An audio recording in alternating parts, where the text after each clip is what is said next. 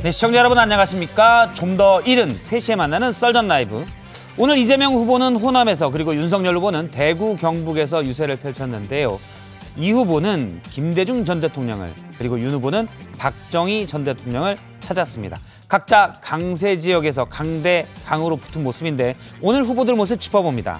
오늘 썰전 패널은 민주당의 전재수 의원 그리고 경제사회연구원의 김종혁 언론센터장입니다. 이성대 기자, 오늘 뉴스 설계는 어떤 내용입니까?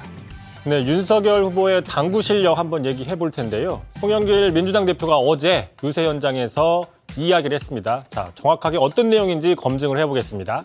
네, 썰기에서 듣도록 하고요. 영끌 인터뷰는요? 인터뷰는요? 네, 군대를 철수하고 있던 러시아와 상반된 얘기를 하고 있는 미국입니다. 우크라이나에서 펼쳐지고 있는 긴장감 넘치는 현장, 전문가와 함께 짚어보겠습니다. 네, 썰전 라이브 본격적으로 시작합니다. 3시에 만납시다. 3시엔 뭐 하죠? 평일 오후 3시엔 썰전 라이브. 네, 날선 토크 3시의 썰전 라이브. 오늘 패널은 전재수 더불어민주당 의원 그리고 김종혁 경제사회연구원 언론센터장이 나와 있습니다. 안녕하세요. 네, 반갑습니다. 네, 선거운동이 본격 시작해서 나흘째인데요. 바로 첫 번째 주제부터 보겠습니다. 오늘 첫 주제는 호남서 DJ 찾은 이재명 후보입니다. 이재명 민주당 후보가 오늘 호남을 찾아서 전통적인 지지층 결집에 집중하는 모습이었는데요. 특히 김대중 전 대통령의 정치적 고향이죠. 목포에 찾기도 했습니다. 관련 유세 모습부터 잠깐 보겠습니다. 김대중 대통령께서 평생을 핍박당하면서도 한 번도 정치보복을 입에 올린 일이 없고 그리고 정치보복하지 않고 통합의 정신을 실천하지 않았습니까? 그런데 어떻게 대통령 후보가 선거운동하면서 정치보복을 공언할 수가 있습니까, 여러분?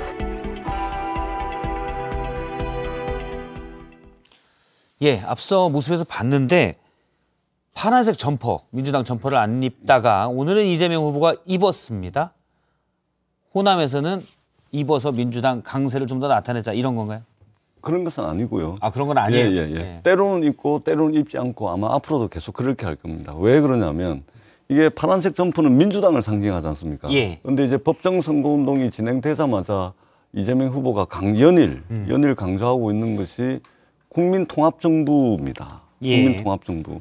그러니까 우리가 1987년 체제 이후로 거대 양당 이제 정당이 정권을 서로 이제 왔다 갔다 하면서 이 집권한 쪽이 집권 여당이 망하기만을 기다리는, 집권 여당이 일 못하기만 기다리는, 그래서 반사 이익을 취해 왔던 것이 오늘날 대한민국의 정치 현실이었다. 근 40년간.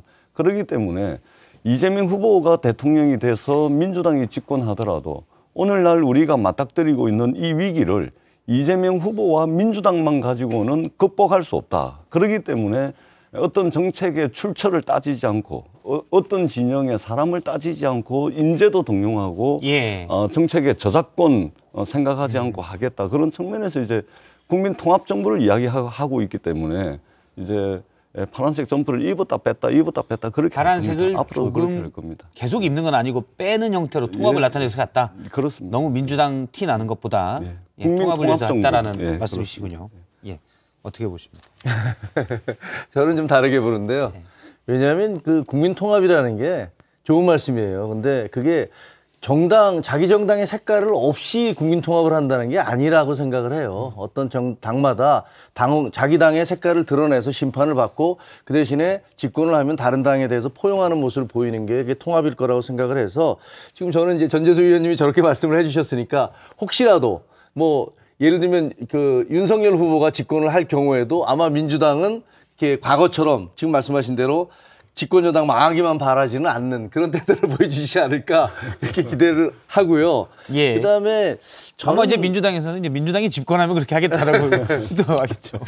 그래 뭐 사실 뭐 전 의원님이나 저나 각자 지지하는 당이 다르니까 뭐 그런 건 그냥 저희가 드리는 말씀이고 그리고 또 하나는 이제 이 정치보복이라는 단어를 한 문장에서 3번이나 얘기를 하셨잖아요. 김대중 대통령을 말씀을 하시면서. 근데 사실 김대중 대통령은 정말로 정치보복 안 하셨죠. 전두환 전 대통령 같은 경우는 내가 김대중 대통령 때 사형 선고를 내렸던 김대중 대통령 때가 내 인생에서 제일 편했다. 이렇게까지 얘기를 했으니까 대단히 보복을 안 하신 분인데, 그런데 지금 이재명 후보는 뭐라고 그러셨냐면요. 본인은 권력을 이용해 공동체를 파괴하고 법 질서를 어기며 사익을 취한 자들에 대한 단죄가 정치 보복이라고 불린다면 그런 정치 보복은 끊임없이 초강도로 진행되어야 한다.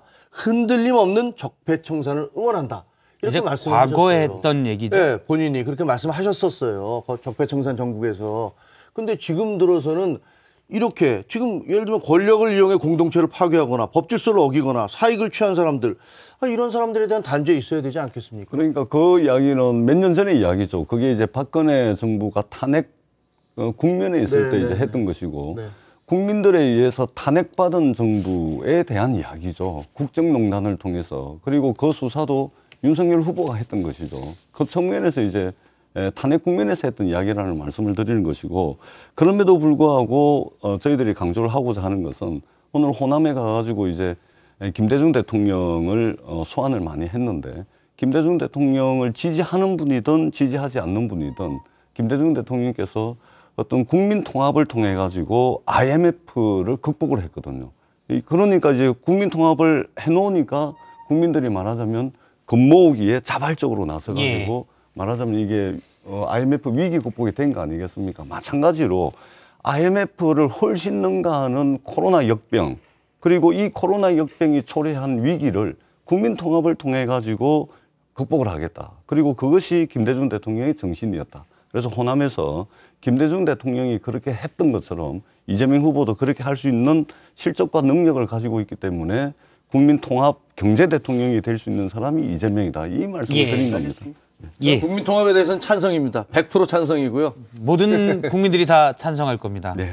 아마 이제 누구도 잘 못한 것 같아서 지금까지 그동안. 꼭 다음 대통령은 누가 되든 하길 바라고요. 오늘 이낙연 전 민주당 대표 경선 같이 지금 손을 든 모습입니다. 호남 방문에 총괄선대위원장을 맡고 있죠. 지금 화면에 보면 이재명 후보와 함께 이낙연 총괄선대위원장이 같이 손을 들었습니다. 아무래도 이제 호남 지지율이 민주당 내에서도 그런 소리가 있었어요. 이재명 후보가 다른 때에 비해서는 좀 낮았다. 지금 이제 이낙연 총괄선대위원장이 인사말을 하는 모습을 보고 있는데요. 최근 지지율을 좀 보겠습니다. 어제 나온 지상파 3, 4동 여론조사에서 이재명 후보의 광주, 전남, 전북 지지율이 65.9%였습니다. 제가 이제 비교를 해보면 역대 대선 17대 정동영 후보, 18대 문재인 후보, 19대 문재인 후보, 19대 문재인 후보에서 이제 대통령에 당선이 됐죠. 이때의 득표율과 좀 비교를 하면 19대는 당시에 사실은 누가 봐도 문재인 후보가 당선될 게 확실시 되는 편이어서 당시 호남표가 뭐 안철수 후보든 다른 쪽으로 좀 갈리는 측면도 있었습니다. 득표율에 비해서는 좀 낮아요. 이건 지금 당에서는 어떻게 보고 있나요? 저도 조금 전에 거의 모든 선거에서 80% 이상 득표를 한 줄 알았는데 보니까 이제 지난번 문재인 대통령께서 당선될 때 60% 초반이거든요. 아마 이때는 그 다자 구도였지 않습니까? 그렇죠. 그러니까 홍준표 당시 후보하고 아마 저기 유승민, 안철수 후보 다 나왔죠. 심상정 후보도 있었고요. 이번에는 이게 진영 간 그 표심은 완전히 이제 집결하는 모양새입니다. 완전히 이제 결집이 되는 모양새이기 때문에 아마 이제 투표율이 가까워질수록 아마 조금 더 결집을 할 여지가 충분히 있다. 이 말씀을 드리고, 그다음에 우리가 법정 선거운동을 23일을 하거든요. 이 23일을 놓고 보면 일상적으로 우리가 23일이라는 시간하고 선거 시기에 23일은 완전히 이게 틀립니다. 시간의 길이가. 그러니까 우리가 일반적으로 23일은 이제 선거운동 기간 중에 23일은 한 230일 정도 된다고 보고, 그렇기 때문에 선거 국면이 이제 초반, 중반, 후반으로 나뉘면서 어떤 추세적 여론 지형을 만들어 나갈 거거든요. 그래서 법정 선거운동 초반은 지금 이제 호남에서 이게 한 6%, 60% 중반 정도 나오는데 이것이 중반을 거쳐서 후반으로 가게 되면 어차피 조금 더 결집할 가능성이 많지 않을까 이렇게 생각을 합니다. 저는 이제 호남 민심이 그 보수 정당으로서는 10%를 넘기는 게 목표였잖아요. 예, 예를 두 들면, 자릿수. 예, 두 자릿수. 그래서 그 이명박 전 대통령 같은 경우는 거의 근사했고, 그다음에 박근혜 전 대통령 같은 경우는 조금 넘었고, 뭐 이랬는데 지금 이준석 대표가 오늘 페북에서 얘기를 했지만 그 리서치뷰 여론조사에서 호남 지지율이 33%를 찍었다. 그래서 우리 목표를 25%에서 다시 30%로 상향 조정한다. 이렇게까지 자신감을 보이고 있어요. 근데 이게 뭐 전혀 근거 없는 이야기는 아닐 거라고 생각을 합니다. 일단 여론조사에서도 이렇게 나오고 있고 또 지금 저 이재명 후보가 다른 후보들에 비해서 훨씬 저 낮은 지지율을 받고 있기 때문에 호남에서 그리고요. 그 무엇보다 지금 이제 논쟁이 되고 있는 광주 복합 쇼핑몰 있지 않습니까? 근데 이거에 대해서 민주당에서 뭐라고 그랬냐면 광주시당이 이거 복합 쇼핑몰을 짓는 것은 광주 정신에 어긋난다. 이렇게 주장을 했어요. 그래서 저는 그 얘기 듣고 정말 깜짝 놀랐거든요. 복합 쇼핑몰을 짓는 게 왜 광주 정신이 뭐길래 그게 왜 누가 이야기했습니까? 광주시당, 민주당 광주시당이 그러니까 봐요. 전재수 의원님도 놀라시잖아요. 그러니까 이렇게 얘기를 했어요. 민주당 광주시당이 복합 쇼핑몰이 광주 정신에 어긋난다는 내용의 보도자료를 냈습니다.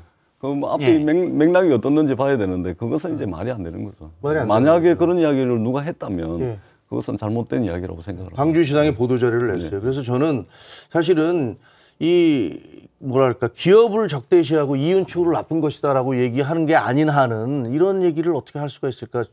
제가 알게 있기에는 전남, 광주, 전북에도 복합 쇼핑몰이 없어요. 다른 모든 지역에 있는데. 근데 제가 광주 쪽에 있는 분들 이렇게 전화를 해서 들어오기 전에 이제 취재를 좀 해봤더니 끊임없이 거기에 있는 무슨 당과 시민단체 측에서 그걸 못 들어오게 한다니까.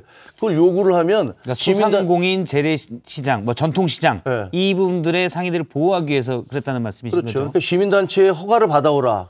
그 사람들의 그 동의를 받아오라. 이렇게 얘기한다는 거예요. 그러니까 동의를 받을 수가 없죠. 예. 느닷없이 이제 왜 복합 쇼핑몰을 들고 나오는지 잘 모르겠는데 아마 이 이야기가 나올 때 윤석열 후보가 호남에 가서 이제 지역주의, 지역 감정을 이야기를 하시면서 이제 30년 동안 호남을 이제 민주당이 이제 독점을 하다 보니까 막 이렇게 지역 발전이 더딘 거 아니냐 이렇게 이제 말씀을 하셨는데 사실은 그때 이제 지역 내 총생산 이야기도 막 하고 그러는데 그건 완전 사실과 틀린 것이죠. 호남이 꼴찌가 아니고 사실은 이제 대구가 지역 내 총생산 꼴찌라는 말씀을 드리고 그다음에 저는 참 아쉬운 것이 사실은 지역주의 정당 정통 지역주의 정당 그리고 지역주의 지역 감정을 조장해 가지고 가장 큰 정치적 이득을 지난 30년 동안 봐온 세력이 국민의힘이지 않습니까?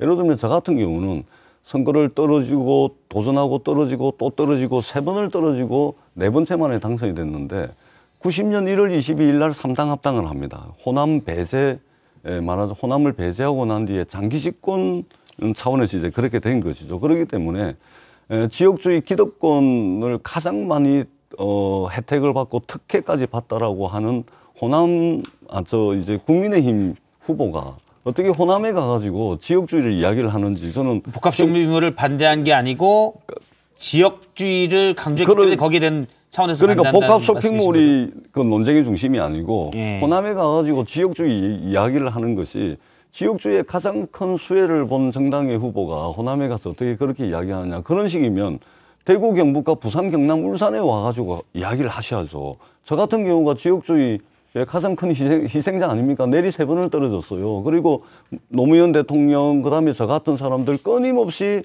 지역주의 장벽에 도전해가지고 이렇게 해왔는데 이 굉장히 이제 의아스러운 이야기다. 이렇게밖에 볼 수가 없는 것이죠. 저는 기본적으로 지역주의가 철폐돼야 된다고 생각을 하고 그다음에 이번 대선에서는 그나마 지역주의가 많이 사라지고 있다고 생각을 하지만 그리고 국민의힘의 전신인 한나라당이나 그 이전의 당들이 지역주의에 의해서 혜택을 입은 것도 부인할 수 없다라는 걸 분명히 인정을 합니다.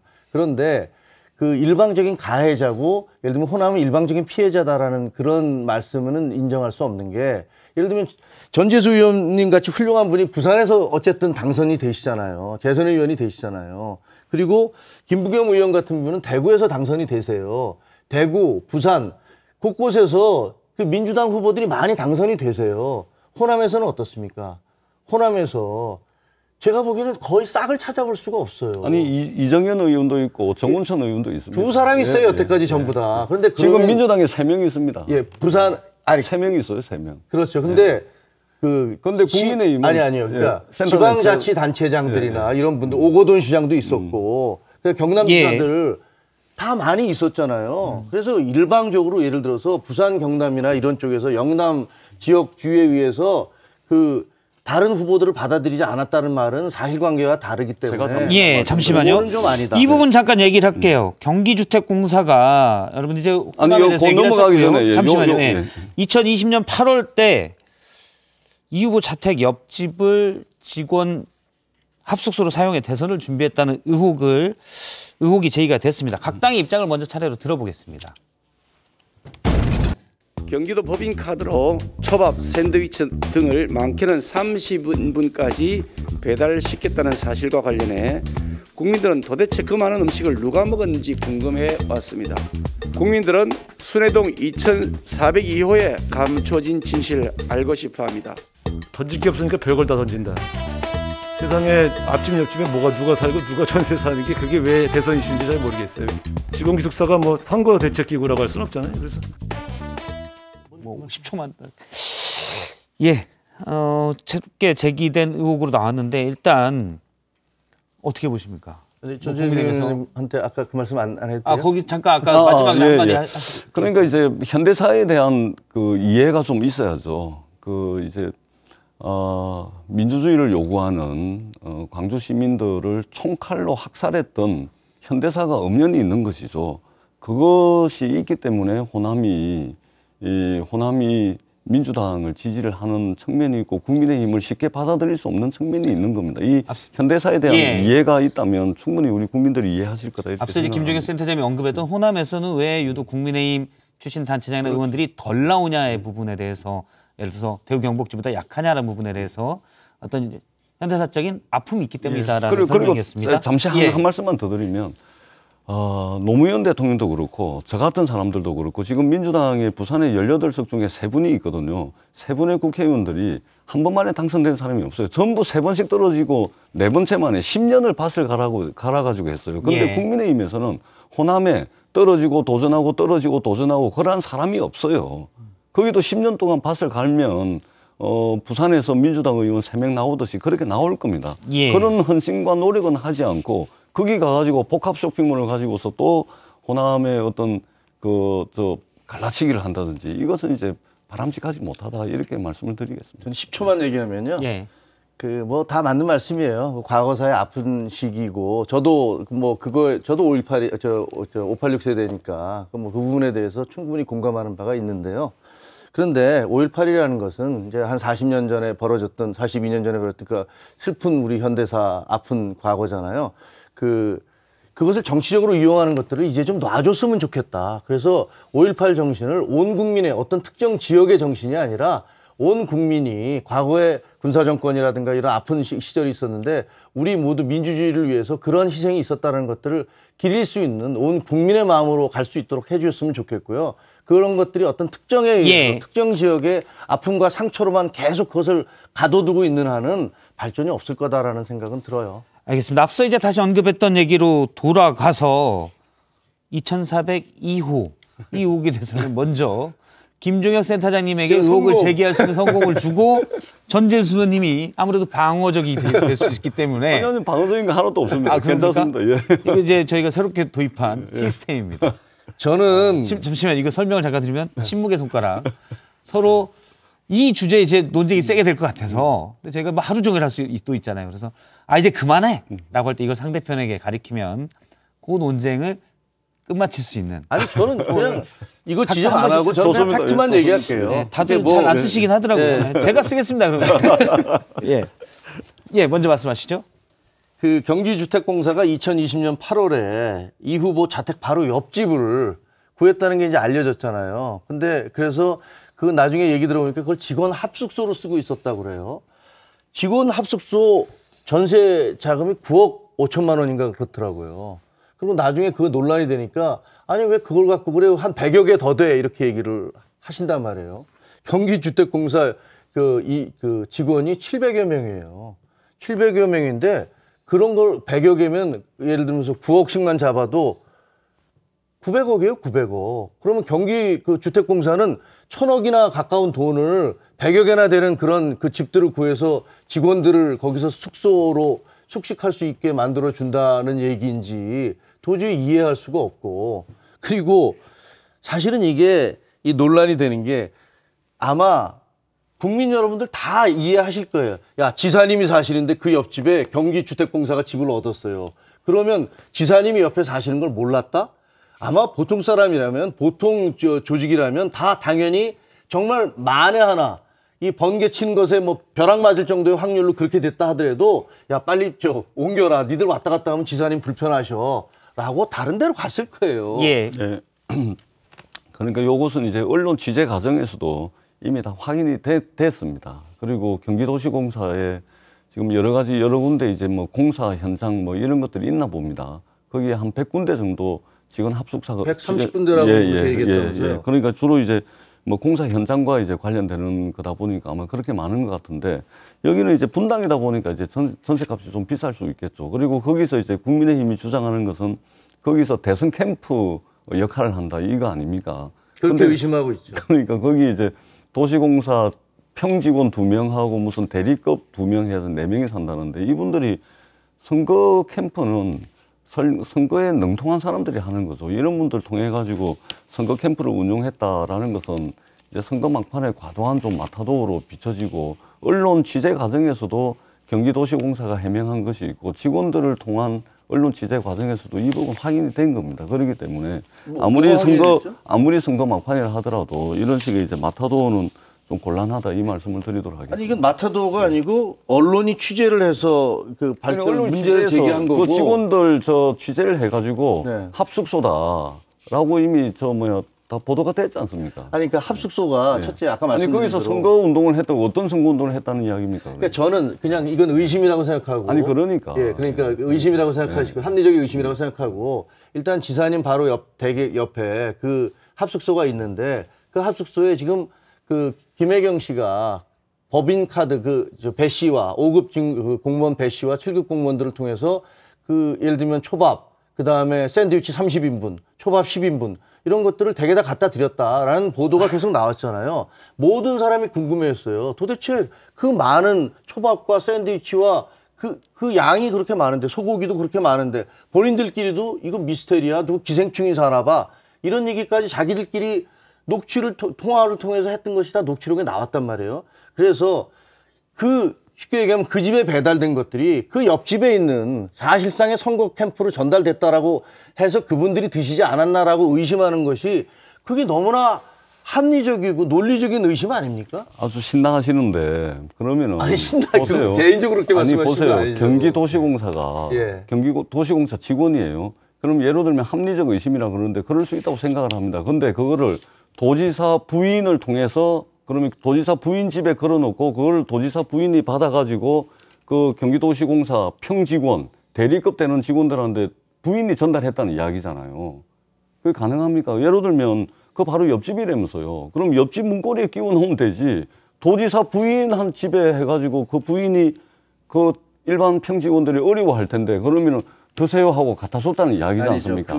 그렇기 때문에 그것이 비밀 캠프였구나 하는 의심을 더 갖게 하죠. 아니, 왜 만약에 엉뚱한 집에다가 걸어놓으면, 아니 왜 지사님 댁도 아닌데 여기다 왜 걸어놓지, 이렇게 의심을 할 것이고, 지사님 댁에 갖다 드리면 그쪽에서 아유 얼마나 고생들 하세요 라면서 갖다 줬을 가능성이 얼마든지 있다는 생각이 들죠. 그러니까 예, 합리적 뭐 그런 의심은 할 수가 있습니다. 그런데 예. 더 합리적으로 의심하자면 네. 비밀 캠프라면 선거 전략가들 모셔놓고 이렇게 뭐 했겠죠. 그런데 거기에 도시공사 평직원 2명에 대리급 2명, 4명이고 그다음에 비밀 캠프면 어디 꽁꽁 숨겨가지고 했겠죠. 그렇지 않습니까? 근데 바로 옆집에다가 그렇게 했겠습니까? 그다음에 샌드위치 뭐 30인분 이것도 그 집 앞에 갖다 놓으면 되지. 왜 그 도지사 부인을 통해서 그렇게 전달했겠습니까? 물론 전달한 것도 사실 아니지만, 그렇기 때문에 합리적으로 의혹을 제기를 했기 때문에 이것은 캠프에서 더 확인을 해서 국민들께 소상하게 설명을 드릴 거고 드릴 필요가 있다고 생각을 합니다. 예. 알겠습니다. 알겠습니다. 뭐 더 이상은 그냥 드릴 말씀했으니까. 초밥 10인분과 샌드위치 30인분이 그 집에 배달돼서 그 옆에 2,402호가 먹은 것 아니냐라고 센터장님은 이제 의혹을 제기한 거고, 아니, 뭐 왜 많은 그러면 분들이- 굳이 도지사 부인이 그걸 하겠느냐. 아니 라는 게 이제 해명이었고 좀 더 확인해서 해명하겠다고 말씀하셨습니다. 대통령 선거는 선거 예. 전문가들이 하는 거예요. 근데 그 그게 집안에 그러니까 가능하겠습니까? 지금 전 의원님 요것만 얘기할게요. 지금 말씀하신 거기는 평직원 2명과 대리급 2명이 있었다는 그 해명이잖아요. 근데 솔직히 말하면 많은 사람들은 그걸 믿지 않아요. 아니 언론 취재 과정에서 그러니까 언론 취재를- 그렇게 확인이 된 거예요. 아니 그게 확인이라는 아니 게 대리급 두 분과 저 평직원 2분 해서 4명이 거주하는 것으로 그러니까 언론 취재 거주는 그렇게 과정에서 했는지 확인이 모르지만 됐습니다. 그 캠프에 누가 들었는지 어떤 사람들이 거기서 모여서 회의를 했는지는 전혀 밝혀지지 않았는데 그런 부분들 두 가지만 놓고서 그 사람들이 거기 있었으니까 이건 캠프가 아니다라고 얘기하는 것도 상식적으로 저는 이해할 수 없는데 아니, 해명을 나중에 그러면 그쪽에서 예. 하신다고 하니까 그때 보죠 뭐. 아니 저는 이제 국민들께 소상하게 설명을 드려야 된다는 입장이고 국민의힘이 그 정도 요구를 하시려면 도이치모터스 주가 조작을 했는데 신한 정권 계산만 공개를 하고 언론 취재 과정에서 DS 정권, 대신 정권, 미래세 정권, 김건희 씨 계좌가 다 드러났지 않습니까? 이것에 대해서는 공개를 안 하면서 지금 이게 이런 어떻게 보면은 이게 이 비교도 안 되는 예. 이런 의혹을 계속해서 제기를 하는지 그리고 분명히 말씀드리는데 이 부분 확인이 되는 대로 또 설명을 드릴 거고 설명을 드렸습니다. 그리고 혹시 그다음에 대선 전에 언론에 확인이 됩니까? 아니 이미 확인을 해드린 부분도 있고 그다음에 언론 취재 과정에서 확인이 된 부분도 있습니다.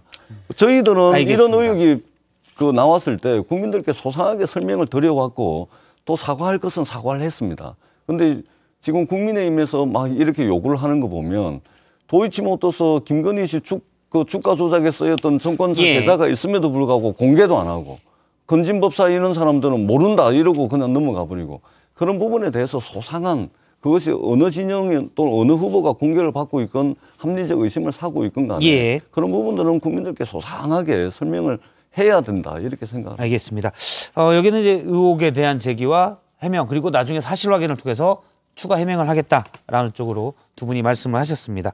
저희가 이제 이재명 후보만 얘기할 수 없으니까 윤석열 후보도 오늘 움직였어요. 그래서 얘기를 또 봐야 되죠. 그러죠. 공평하게. 윤석열 후보 얘기를 보겠습니다. 두 번째 주제는 박정희 생가 찾은 윤석열로 정했습니다. 윤석열 후보가 오늘 대구 경북 지역을 했는데 특히 구미 박정희 전 대통령의 생가를 찾았는데요. 먼저 대구 경북 지역에서도 대장동을 언급하고 좀 강한 표현들을 썼습니다. 그 얘기부터 들어보겠습니다. 우리 상주 시민 여러분과 경북인께서 저 윤석열을 불러내서 이 부패하고 무능하고 무도한 민주당 정권을 박살내라고 불러주고 키워주신 거 아닙니까 여러분? 저 대장동 부패 세력의 몸통을 대통령 후보로 선출하는 저런 돌연변이 정당에 대해서 우리 경북인께서 일치 단결해서 강력한 심판을 해 주십시오. 예, 강세 지역에 가서 이제 대장동 부패 얘기도 했고 부패하고 무능하고 무도한 민주당 정권 표현이 좀 거세요. 근데 그 뒤에 조금 전에 그림이 들어왔습니다. 저희가 이제 유튜브 생중계로 확인을 했었는데 예, 지금 보고 계신 모습이 2시부터 있었던 윤석열 후보가 구미에 있는 박정희 전 대통령의 생가를 방문했던 장면입니다. 조금 전에 이제 영상이 올라와서 저희가 전해드리고 있고요. 예, 구미 생가를 방문해서 방명록도 쓰고 기념사진 촬영도 했었습니다. 예.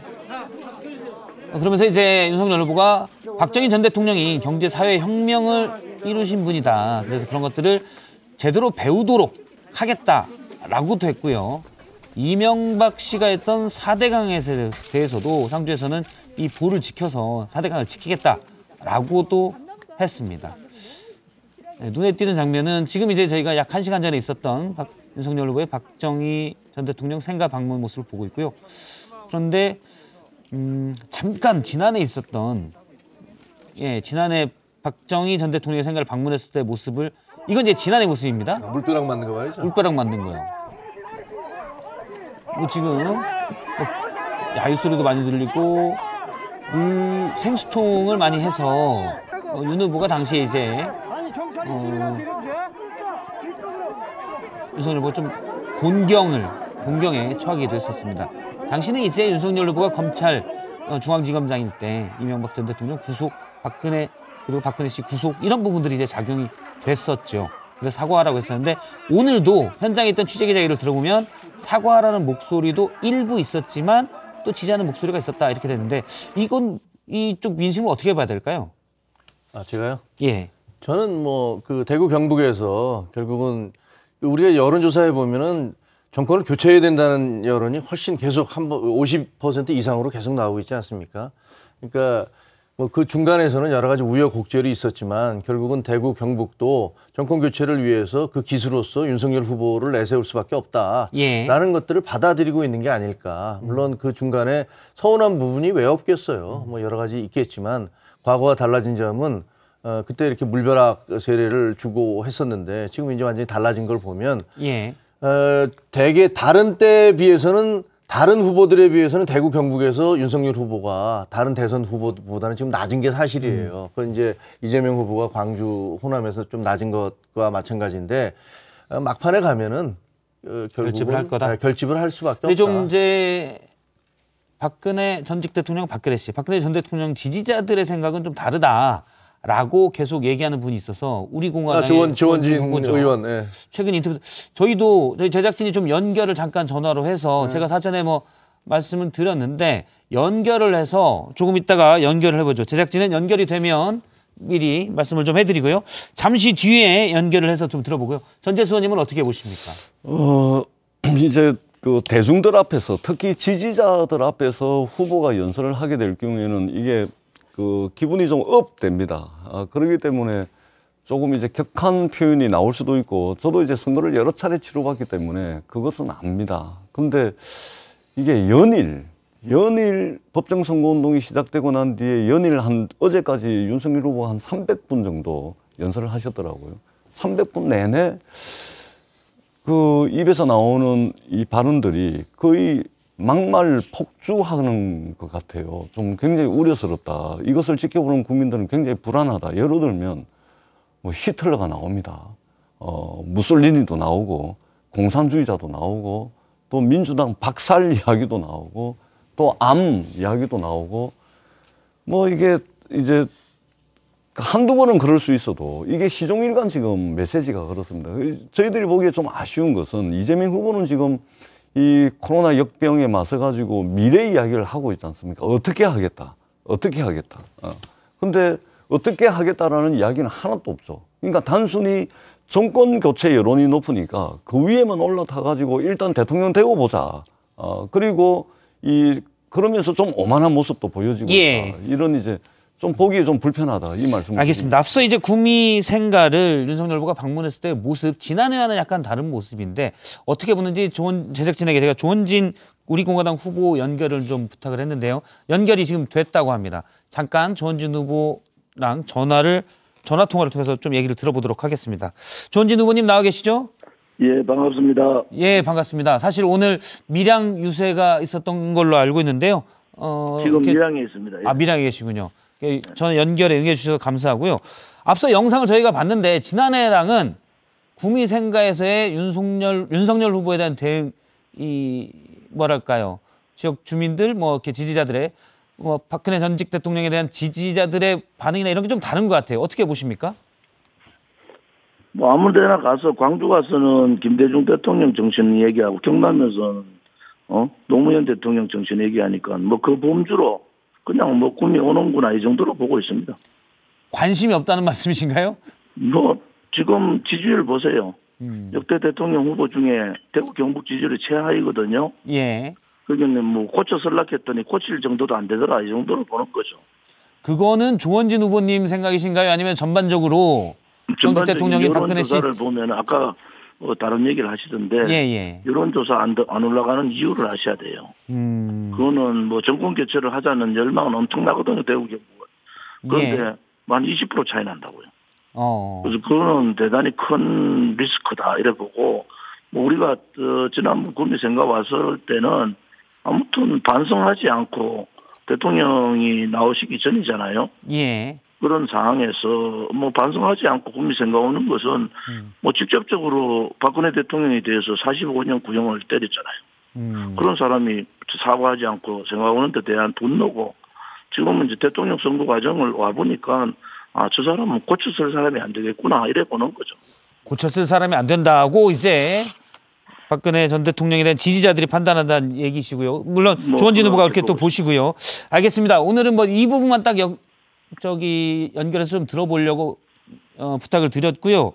다음 주에 한번 나오셔서 관련된 얘기를 좀 길게 풀어보도록 하죠. 어떻습니까? 나가서 뭐 여러 가지 얘기하겠습니다. 알겠습니다. 다음 주에 저희가 인터뷰에 서전 라이브 인터뷰로 모시도록 하겠습니다. 지금까지 우리공화당 조원진 후보의 얘기, 윤 후보의 국민생각 방문에 대한 입장을 들었습니다. 고맙습니다. 예, 알겠습니다. 예. 고쳤을 수가 없다는데요.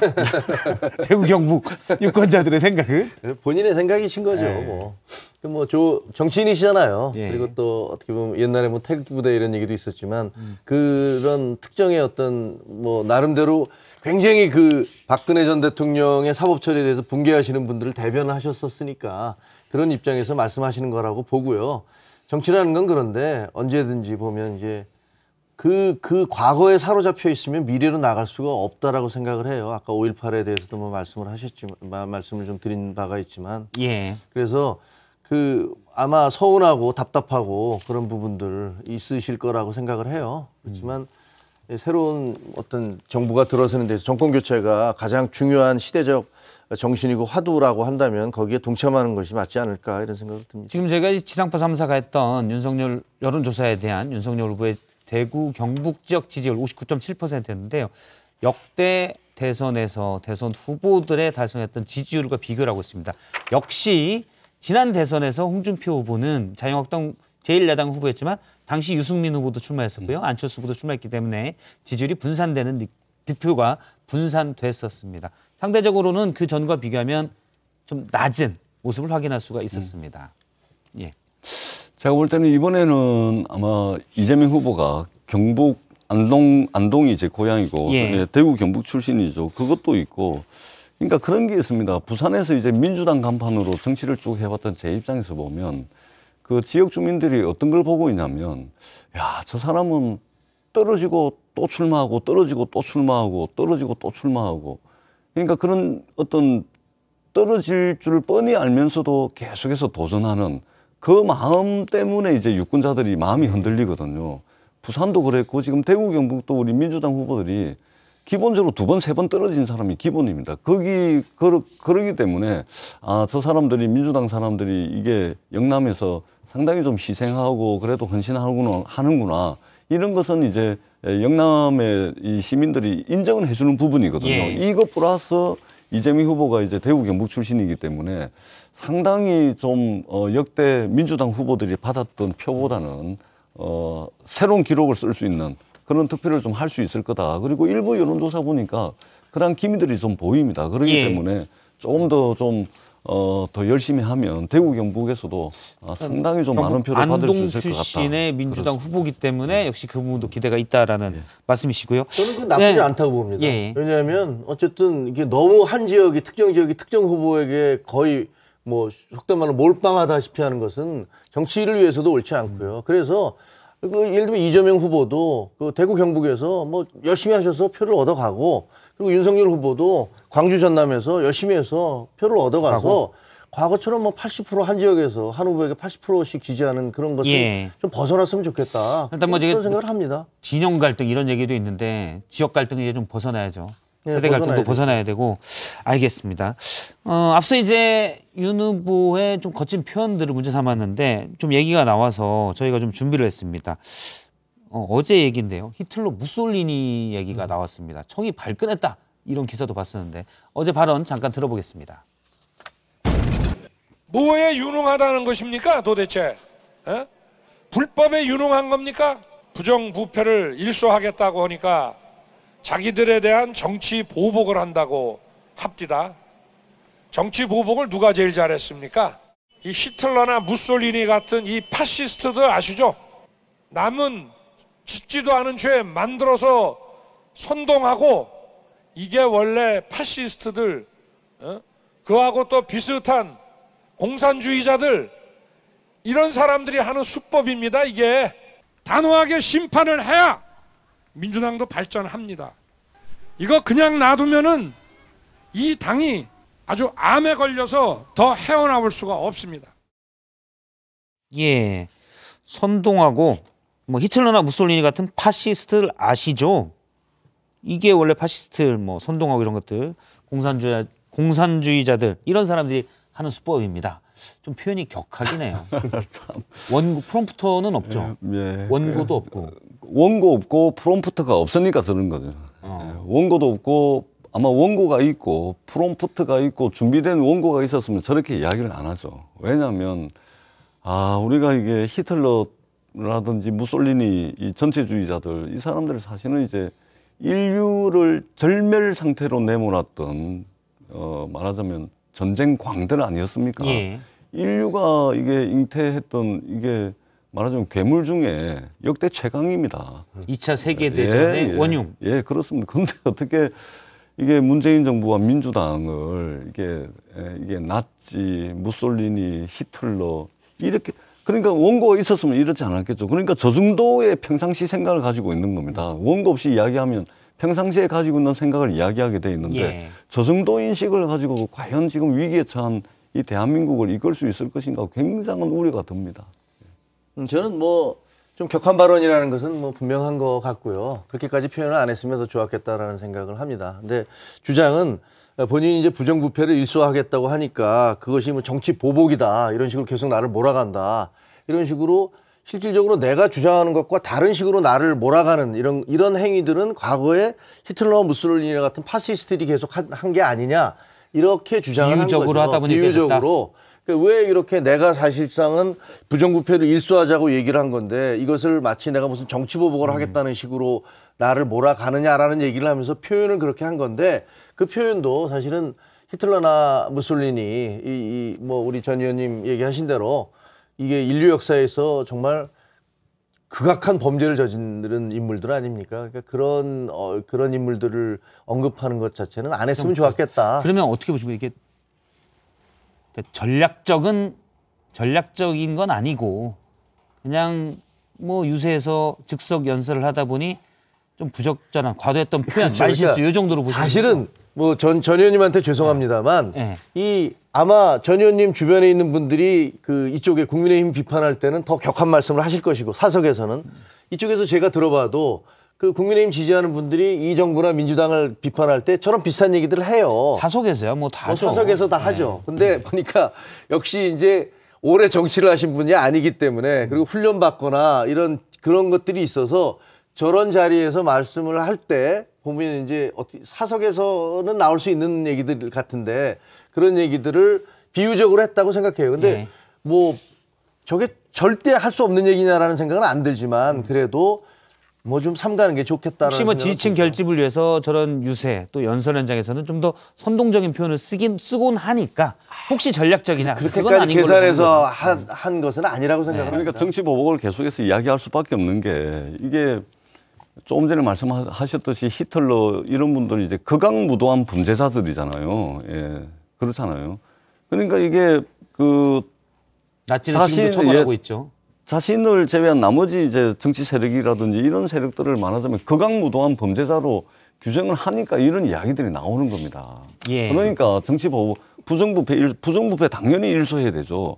근데 그것을 넘어서 가지고 그동안 검찰의 흑역사 봐왔지 않습니까? 우리 국민들이 유전무죄, 무전유죄, 우리 국민들이 검찰 하면은 유전무죄, 무전유죄 이야기 하지 않습니까? 이게 그냥 만들어진 이야기 아닙니다. 검찰의 흑역사가 있기 때문에 그런 것인데 이게 모욕주기 수사라든지 짜맞추기 수사라든지 먼지털이 수사라든지 하는 것들을 국민들이 봐왔기 때문에 그리고 검사 출신이 이런 이야기를 계속 하기 때문에 상당히 이제 미래가 좀 암울해 보인다. 이 말씀을 드리는 것이죠. 알겠습니다.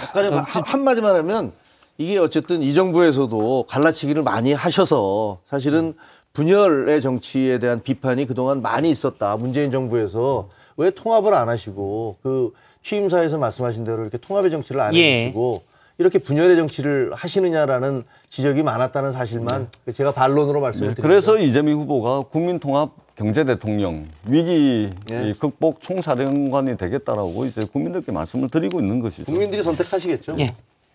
이거 하나 같이 보도록 하겠습니다. 김건희 씨가 최근에 서울에 있는 봉은사를 찾아서 주지스님을 만난 게 알려졌습니다. 지금 사진이 이게 이제 윤석열 후보 출입기자들 단톡방에 그 후보 측에서 제공한 사진입니다. 만난 사진이 있고요. 이건 독자가 제공한 사진이고요. 그리고 독자가 제공한 사진이고요. 그리고 또 하나의 사진이 있는데, 예, 이거는 이제 14일이죠. 극동방송의 이사장인 김정환 목사를 만났을 때 김건희 씨의 모습입니다. 일단 뭐 종교적으로 보면 나름 목사, 그러니까 기독교 그리고 불교에 좀 고명하신 분들을 만나는 모습들이 어쨌든 의도적인 공개가 되고 있어요. 이건 뭐 어떻게 보시는지요? 일단은 뭐 저 말씀드리기 전에 저는 우리 국민들이 정말로 이게 고난과 역경을 지금 당하고 있는데 그 과정에서도 이게 마스크를 다 쓰잖아요. 예. 정말 걸어 다닐 때도 마스크 쓰고 어떤 경우에는 뭐 사무실에서도 마스크 쓰고 다 하는데 윤석열 후보가 그동안 어제까지 300분 연설을 하면서 마스크를 단 한 번도 안 씁니다.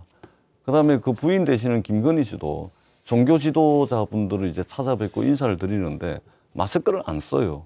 그러니까 합장할 때 저게 이제 외부인데 이 마스크, 그러니까 뭐 더 말씀드리기 전에 가장 기본적인 기본, 대한민국 국민이 전부 다 하고 있는 방역 지침, 이것조차도 지키지 않는다. 부부가 쌍으로. 제발 좀 마스크는 좀 써주셨으면 좋겠다. 이 말씀을 드리겠습니다. 그게 다신가요? 예. 저는 지금 뭐 김건희 씨가 예를 들면 그 봉은사인가요? 봉은사 주지스님을 만났잖아요. 그리고 또 김정환 목사님을 만났는데 그 두 분 다 이제 양쪽 종교계에서는 상당히 뭐 명망이 있으시고 존경받는 분들이니까 그동안에 그 거론됐던 무속신앙 논란 같은 것들을 어쨌든 좀 희석시키기 위한 그런 정치적인 판단이 있겠죠. 그래서 제가 뭐 그렇죠. 갑자기 뭐 만나고 싶어서 만났다기보다도 나보고 이제 무속 자꾸 왔는데 그건 아니다라는 모습을 보여주기 위해서겠죠. 그렇죠. 그리고 뭐 목사님들을 통해서 목사님들이 또 이렇게 축복도 해주시고 또 스님들은 또 뭐 여러 가지 좋은 말씀들을 해주시고 그러니까 그런 걸 통해서 제가 그냥 이렇게 종교 지도자 이런 분들을 만나서 좋은 말씀도 듣고 거기서 또 따라서 움직이는 거지. 그렇게 무슨 계속 뭐랄까 예. 어떤 그런 어떤 법사니 뭐 이런 분들에 의해서 이렇게 휘둘리지는 않습니다라는 것들을 보여주기 위한 그런 행보라고 생각을 해요. 그리고 알겠습니다. 마땅히 그래야 될 거라고 생각하고요. 네. 그러면 오늘 정치권에 추가로 좀 눈여겨볼 만한 내용들, 다른 후보들의 모습도 좀 살펴보도록 하겠습니다. 강재영 아나운서의 썰픽입니다. 네, 썰픽입니다. 3위부터 만나보시죠. 정권 심판과 개혁 모두 내가. 심상정 정의당 후보가 올린 유세 중에 한 말입니다. 오늘 울산 유세 중에 한 말입니다. 더불어민주당 정권의 오만과 무능을 단호히 심판해 주십시오. 그렇지만 개혁마저 후퇴시키지는 말아 주십시오. 정권 심판도 개혁도 함께 할 수 있는 유일한 사람, 저 심상정에게 여러분들의 소중한 한 표를 모아주십시오, 여러분. 양당 후보 중에 누가 대통령이 되더라도 시민들의 삶이 더 나빠질 것이라며 거대 양당의 두 후보 한 번에 공격하는 모습을 보였습니다. 공식 선거운동 5일차 시민보는 특히 노동자들을 대상으로 유세에 나서고 있습니다. 이 보시죠. 영업시간 밤 10시까지. 오늘 정부가 새로 발표한 거리두기 조정안입니다. 식당, 카페 등의 영업시간을 밤 10시까지로 1시간 연장하고요. 사적 모임은 그대로 6인 제한이 유지됩니다. 이 조정안은 내일부터 다음 달 13일까지 약 3주 동안 적용될 예정인데요. 관련해서 하나 더 새로운 소식이 있습니다. 그동안 찍고 걸고 쓰던 QR코드 안심콜 출입 명부 의무화 내일부로 해제됩니다. 다만 정부는 동선 추정용이 아니라 접종 여부 확인을 위한 QR코드 서비스는 계속 운영하겠다고 했습니다. 여기 보시죠. 추경안 빨리 처리해야. 오늘 청와대가 추경과 관련한 문재인 대통령의 당부의 말을 전했습니다. 소상공인과 자영업자의 상황이 절박하다며 국회는 한시라도 빨리 추경안을 처리해달라는 내용인데요. 앞서 오늘 오전 민주당의 윤호중 원내대표, 야당이 계속 발목을 잡으면 단독으로라도 추경안을 처리하겠다라고 했습니다.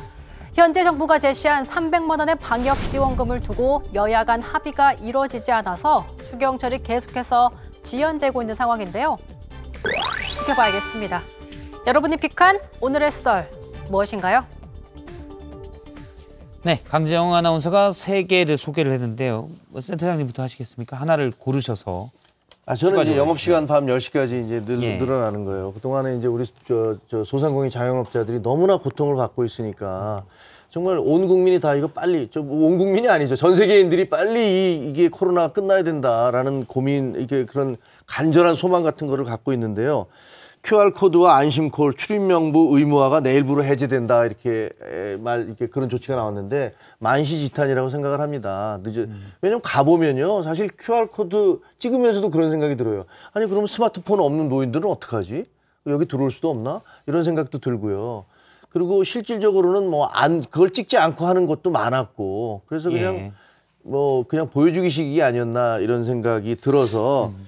어쨌든 그런데 일부 전문가들은, 일부가 아니고 사실 방역 쪽에서는 많은 전문가들은 지금 확진자가 오늘 처음 10만 명이 넘었고, 그래서 거리두기 같은 부분들은 일단 방역 당국이 다 할 수가 없는 지금 상황이어서 그렇게 푸는 것 같은데 좀 더 조심을 해야 이런 말은 또 하고 있습니다. 그러니까 이제 방역 전문가들은 이제 그 정점을 지나지 않았기 때문에 좀 이런 거 아니냐 이제 그런 거죠. 그런데 이제 정부가 이렇게 방역 당국이 이런 결정을 할 수 있는 자신감의 근저에는 굉장히 높은 백신 접종률이 있습니다.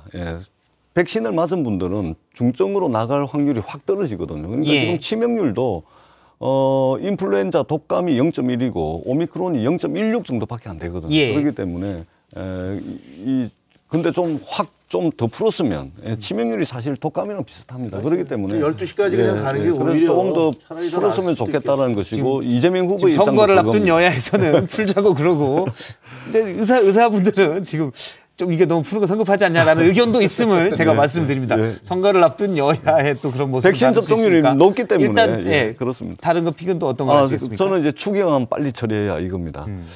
제가 지금 추경을 하다 왔거든요. 제가 이제 국회 예결위원이라 하다 왔는데 이거 빨리 처리해야 됩니다. 지금 이게 정쟁의 대상이 돼서는 절대 안 된다 이 말씀을 드리고, 부족합니다. 이번 추경이 이제 16조 플러스 알파 정도로 해서 통과가 될 텐데 이거 가지고는 은발의 오줌 누기일 가능성이 훨씬 많고, 그렇기 때문에 일단 급한 대로 정부에서 제출한 추경이니까 이거 빨리 처리를 하고, 대선이 끝나고 난 뒤에 2차 추경이든 또는 이재명 후보는 긴급 재정 명령권을 통해서라도 소상공인들의 손실을 보상하겠다는 입장이기 때문에 급한 대로 이거 먼저 처리를 해야 되고, 야당이 지금 계속 반대를 하고 있습니다. 반대를 하면 민주당은 단독 처리하겠다 이 말씀을 드리겠습니다.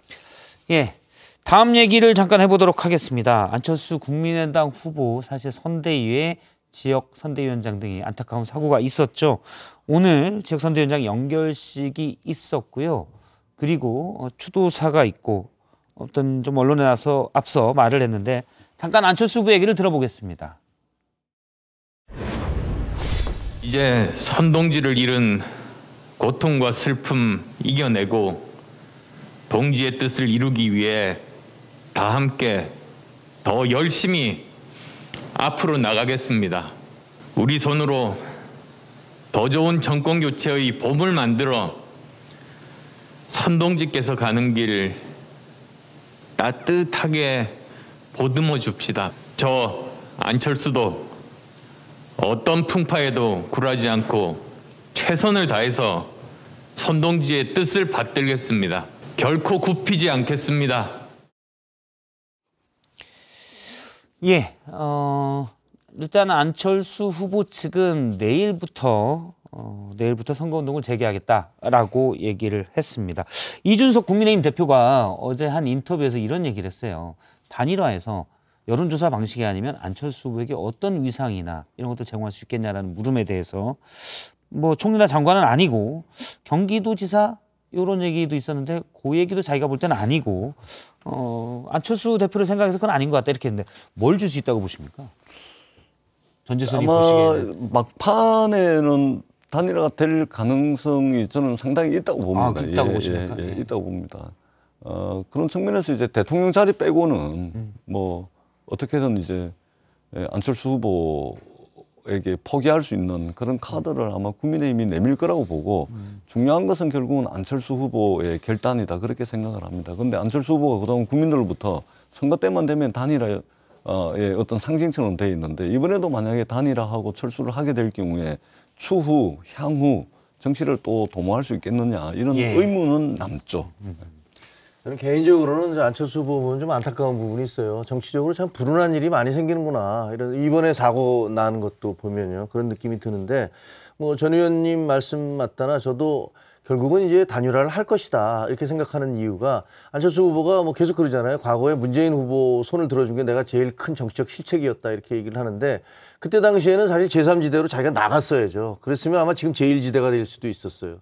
근데 저는 이번에는 제일 큰 실패가 끝까지 남아있는 것이 제일 큰 실책일 것이다. 지금은 국민의 여망, 그 정권 교체를 원하는 국민의 여망에 따라서 윤석열 후보와 단일화를 해서 손을 잡고 그다음에 다음 정권에서 본인이 할 수 있는 일들, 그런 실력으로서 그걸 보여주면 그것이 훨씬 그 본인의 정책 미래를 위해서 도움이 되는 일일 것이다. 이렇게 생각합니다. 알겠습니다. 지금까지 안철수 후보와 윤 후보의 단일화를 바라지 않는 전재수 의원님과 간절히 바라는 김종혁 센터장님의 전망을 들었습니다. 네, 고맙습니다. 고맙습니다. 3시엔 뭐하죠? 라이브. 3시엔 뭐하죠? 썰전 라이브. 이제는 3시 시청자 제일주의 썰전 라이브.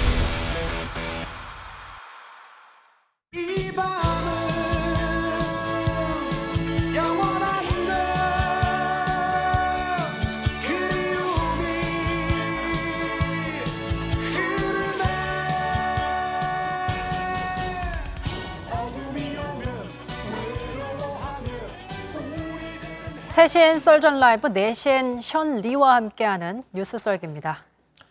자, 첫 번째 준비한 재료 바로 이겁니다. 이게 무슨 말이냐면 뭐 루스벨트를 존경한다고 그러는데 어디 루스벨트 대통령 이름을 함부로 거론합니까? 미국 사람들이 웃습니다. 유세장에 등장한 루즈벨트. 유세장에 한국 대선 유세장에 루스벨트 대통령 이름이 언급이 됐습니다. 미국 대통령인데 갑자기 왜? 네, 뭐 한 번씩은 이름 들어봤을 겁니다. 네. 프랭클린 D 루즈벨트, 뭐 FDR이라고 얘기하는데 뭐 미국의 유명한 대통령이고요.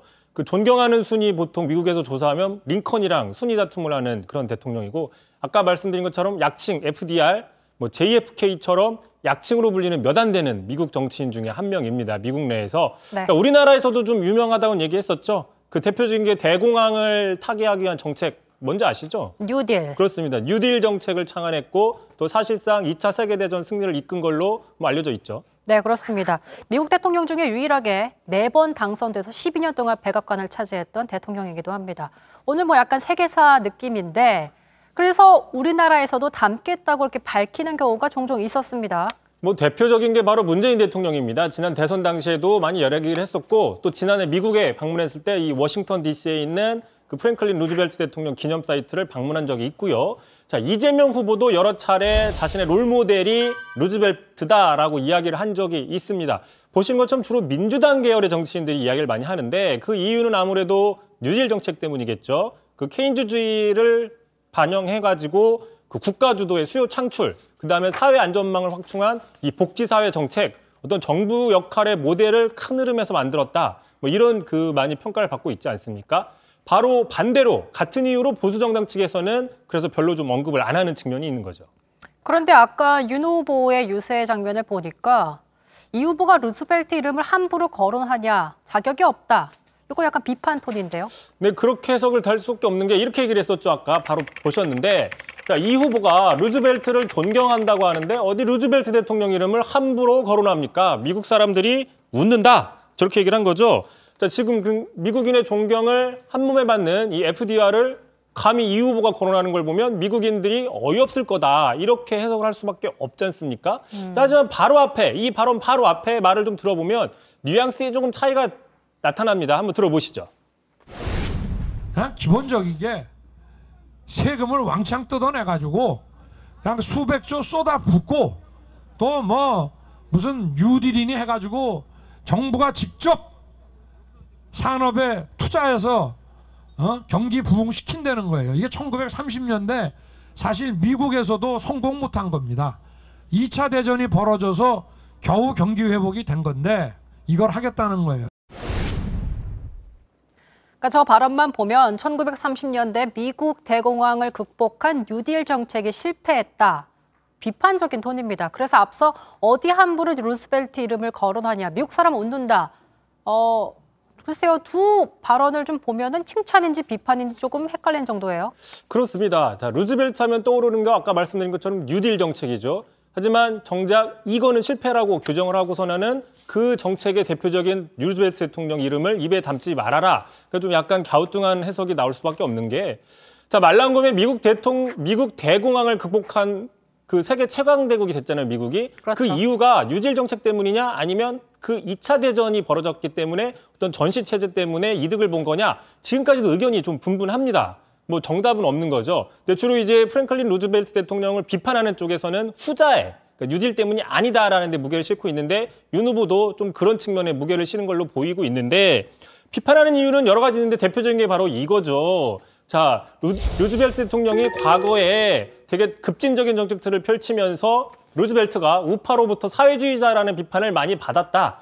통합파의 태두, 아버지인 밀턴 프리드먼은 새로운 처방인 뉴딜이 미국을 오히려 더 덧나게 한다라고 혹평을 했다. 이런 보도도 있었는데, 자, 밀턴 프리드먼 많이 들어보신 기억이 나지 않을까요? 바로 윤석열 후보가 여러 차례 거론했던 그 통화학자, 보수 경제학파의 거두, 또 통화주의자, 바로 밀턴 프리드먼입니다. 네, 오늘 뭐 여러 경제학자 대통령 이름이 나오고 있습니다. 자, 말 나온 김에 윤 후보는 정부 여당의 소득 주도 성장, 사실상 뭐 뉴딜과 비슷한 개념을 갖고 있는데 부동산 실패 이런 거를 집중적으로 공격하고 있잖아요. 그렇습니다. 바로 그 지역이 어디냐? 그 민주당 정권의 어떤 핵심인 광주에 가가지고 그제 광주에 가서 정권의 경제 무능을 비판하면서 지지해줬더니 돌아온 거는 경제발전 꼴찌다 이렇게 얘기를 한 거 있거든요. 한번 들어보시죠. 광주의 역내 GDP가 전국에서 몇 위쯤 합니까? 꼴등입니다, 꼴등.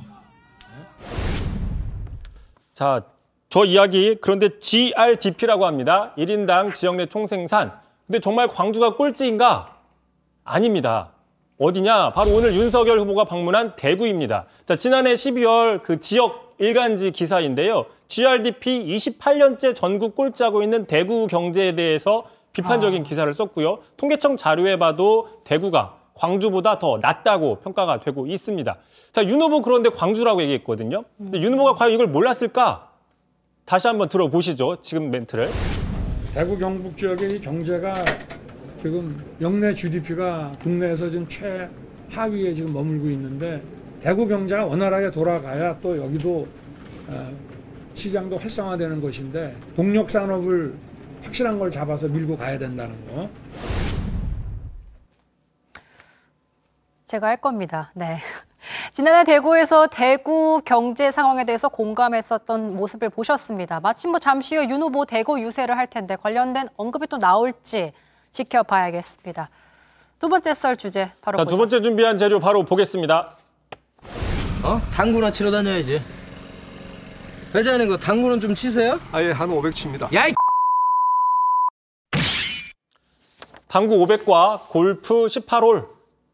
영화 장면에 이제 골프장에서 골프 안 치고 당구 얘기하는 모습입니다. 전 사실 당구를 치지 않기 때문에 잘 모르지만 제가 듣기론 박성태 앵커가 정말 고수급이라고 들었습니다. 막 약 500을 친다고 하는데 뭐 이거 관련된 얘기입니까? 네, 박성태 앵커 500이라고 하고요. 참고로 저는 한 150 정도인데 500 정도 하면 사구는 안 치고 쿠션만 칩니다. 공세기로 하는 거. 무슨 얘기인지 전혀 모르겠습니다. 보통 뭐 500 정도 수준이다. 그러고 하면 뭐 아마의 뭐 쿠드롱, 브롬달 이런 선수들 아마 아시는 분들도 많이 있을 것 같은데요. 그만큼 실력이 뛰어나다라고 볼 수 있는 거고요. 네. 왜 갑자기 당구 얘기를 하는 거냐? 바로 어제였습니다. 송영길 대표가 강원도에서 윤 후보의 당구 실력이 너무 좋다. 그러면서 비판을 했거든요. 너무 좋다. 들어보시죠. 당구를 500을 친다 그럽니다. 저는 두 눈이 멀쩡해도 당구 150이 안 되더라고요. 어떻게 왼쪽 오른쪽 눈 시각차가 0.7이 되는데 당구 500을 칠 수가 있는지 그 비법을 알려주시기 바라겠습니다. 자, 다시 얘기하면 부동시, 즉 그 두 눈의 시각차가 있는 이 질병으로 윤 후보가 병역 면제 판정을 받았는데 어떻게 당구 실력이 좋느냐? 자, 당구라는 건 그 큐대의 그 앞으로 공에 초점을 맞춰서 타겟을 맞춰서 쳐야 되는 스포츠인데 눈이 너무 좋은데 할 수가 없다. 뭐 이렇게 지금 비판을 하고 있는 셈이죠. 그러니까 군면제 의혹을 좀 삼고 있는 거군요. 근데 당구 실력 500이라는 게 군면제 의혹의 핵심 증거가 될 수 있을까라는 생각이 들어요. 그래서 제가 이제 당구 500급의 관계자를 한번 만나봤습니다. 이 관계자에 따르면 시력 차가 커도 포기하지 않고 열심히 노력하며 훈련량에 따라서 또는 당구에 익숙해지면 아주 불가능한 건 아니다. 뭐 이런 어떤 좀 주관적이긴 하지만 입장을 내놨습니다. 핵심은 그러니까 지금 민주당의 핵심은 윤 후보가 군면제 될 때는 부동시였어요. 하지만 그 이후에 검사 임용될 때는 정상이었고 또 이후에 검찰 청문회 때는 부동시였다. 이 의혹 제기를 하고 있는 거거든요. 이런 의혹 제기하는 거는 뭐 그렇다 치지만 이게 아니라 당구를 잘 치니까 군면제 된 건 의혹이 있다. 이렇게 보는 것은 좀 맥락이 조금 와닿지가 않는다. 이런 지적들이 안팎에서 나오고 있는 거고요. 그나마 송 대표는 이제 어쨌든 유세 지역에서 이런 얘기를 하다가 뭐 일단 이런 얘기가 나온 건데 아예 유세도 안 하고 아예 선거운동을 안 하고 골프를 치다 논란이 된 경우가 있습니다. 바로 지금 보시는 왼쪽에 있는 이광재 의원입니다. 지난해 당내 대선 후보 경선에서 출마를 했었던 지금 선대위의 미래경제위원장을 맡고 있는데 오른쪽은 부산시당인 박재호 의원인데 지난 주말에 부산에서 골프를 즐기다가 이렇게 언론에 포착이 됐어요. 그러자 이제 당내에서는 한가하게 지금 골프를 칠 때냐?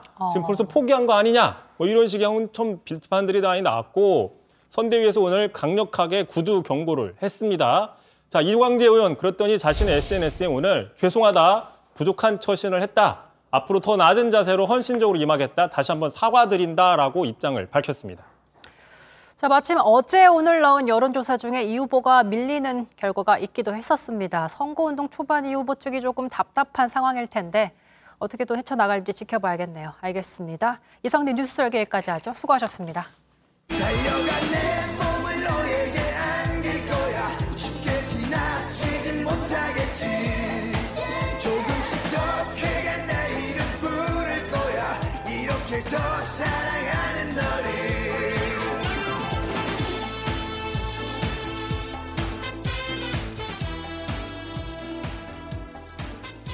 네, 지금 세계 이목은 우크라이나에 집중되어 있습니다. 우크라이나의 접경 지역에 배치한 군대를 철수 중이라는 러시아와 언제든 러시아는 우크라이나를 침공할 수 있다는 미국. 하지만 미 바이든 대통령은 여전히 외교적 해법이 가능하다는 입장을 고수하고 있습니다.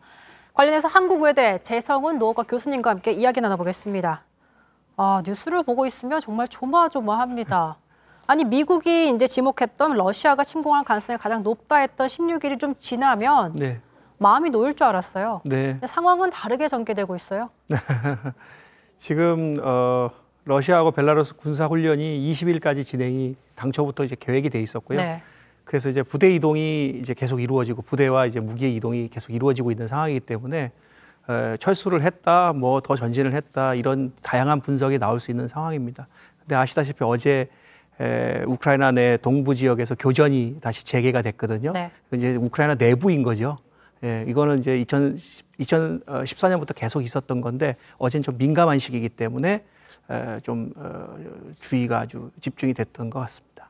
돈바스 지역에서의 폭격을 말씀하시는 것 같습니다. 근데 지금 나오는 러시아와 미국의 입장이 너무 다르다 보니까 누구는 철수한다. 한쪽은 아니다. 언제든 침공할 것이다. 지켜봐야 된다. 누구의 말을 믿어야 될까? 이런 생각이 들어요. 저는 둘 다 이야기가 다 맞다고 생각하는데 먼저 우리가 생각해야 될 것은 이 국경에 대해서 봐야 되는데요.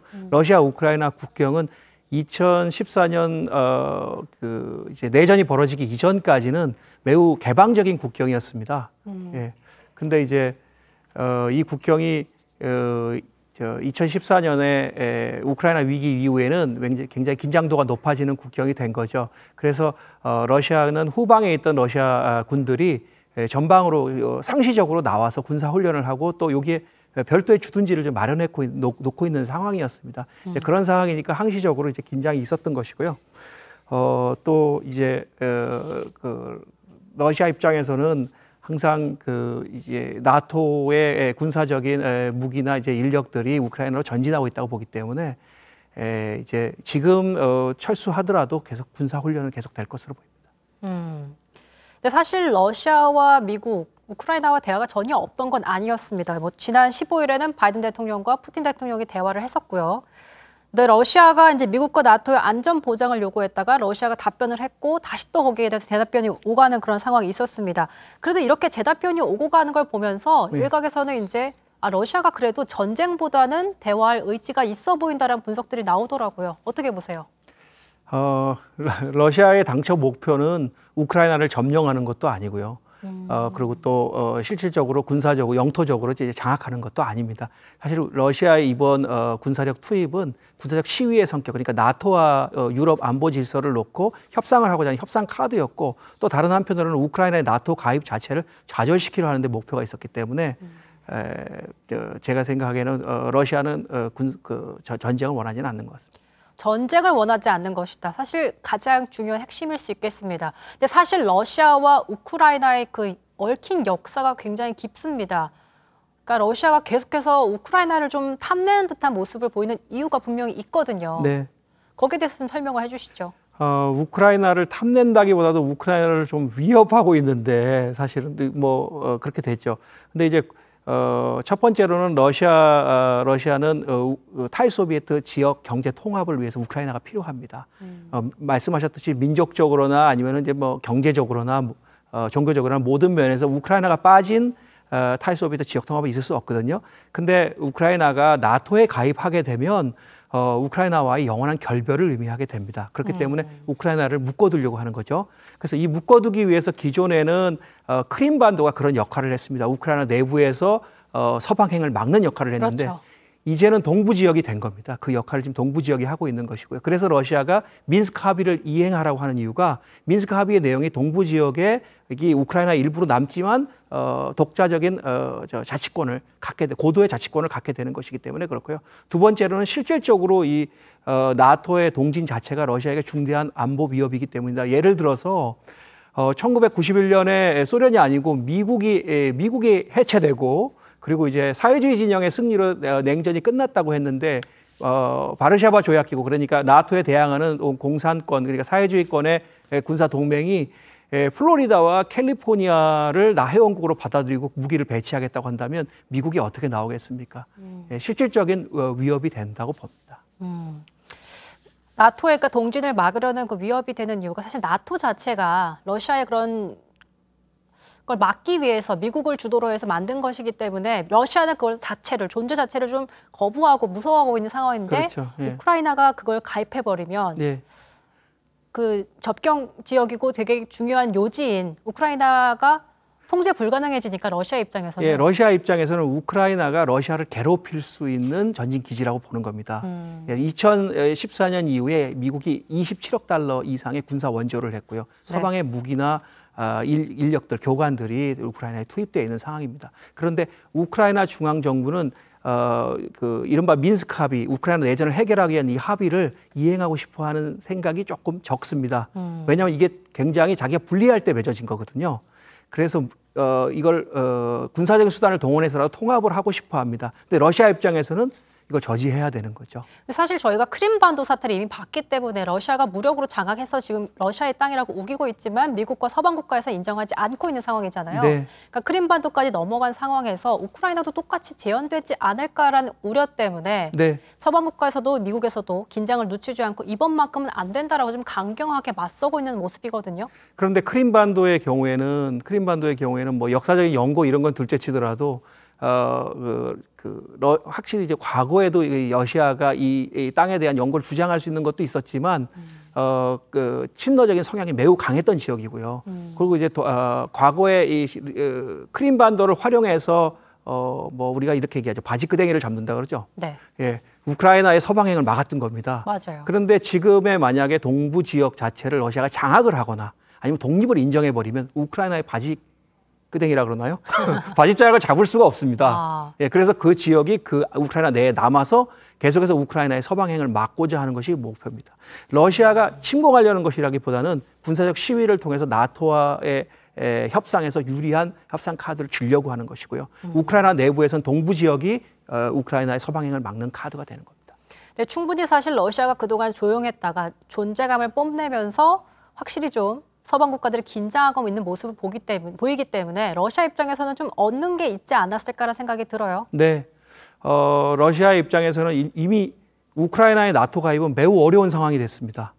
예, 그리고 유럽 국가들과 미국은 무언가라도 러시아에게 보장을 제공해야 된다라는 이런 부채 의식 이런 걸 이제 느끼게 된 것 같습니다. 그러니까 러시아 과거에는 말로 했습니다. 근데 푸틴이 계속해서 얘기했거든요. 레드라인 넘지 마다 레드라인 넘지 말라고 했는데 이제 레드라인을 넘는 것이라고 보는 것 같습니다. 네.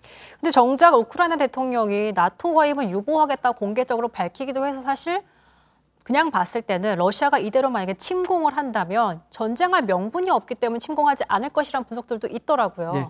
나토 가입을 유보한다라는 것은 공식적인 건 아닙니다. 그것은 공식적인 건 아니고요. 당연히 나토 가입을 유보하게 되면 러시아가 침공할 명분은 없죠. 근데 다만 우리가 침공과 개입을 조금 구분할 필요가 있습니다. 러시아가 우크라이나를 침공해서 우크라이나를 장악할 의도는 없다 하더라도 동부 지역 지금 이제 내전이 벌어지고 있는 지역에서 내전이 격화되거나 우크라이나 중앙 정부가 무력으로 이걸 해결하려고 한다라면 자연스럽게 개입이 될 것입니다. 그렇기 때문에 동부 지역에서의 교전 상황은 매우 중요한 상황이고 엄중한 겁니다. 자, 이게 사실 보기에는 뭐 러시아와 우크라이나의 싸움 같지만 사실 조금만 더 들여다보면 미국과 러시아의 싸움입니다. 결국에는. 네. 네. 근데 오랜만이에요. 사실 냉전주의 이후로 해체됐던 그런 분위기가 다시 한번 이렇게 살벌해지는 이런 상황들이 예. 역시나 지금 러시아의 예전 그 구소련을 좀 재건축하려는 푸틴의 야망과 또 그걸 지켜내려는 나토를 중심으로 하고 있는 미국의 팽팽하게 맞서는 모습들이 네. 좀 흥미롭게 보입니다. 그래서 결국 지금 벌어지고 있는 이 상황은 메인 플레이어라고 할까요? 그건 미국하고 러시아가 되는 겁니다. 사실 불행히도 우크라이나는 중요한 플레이어이긴 한데 핵심은 아닙니다.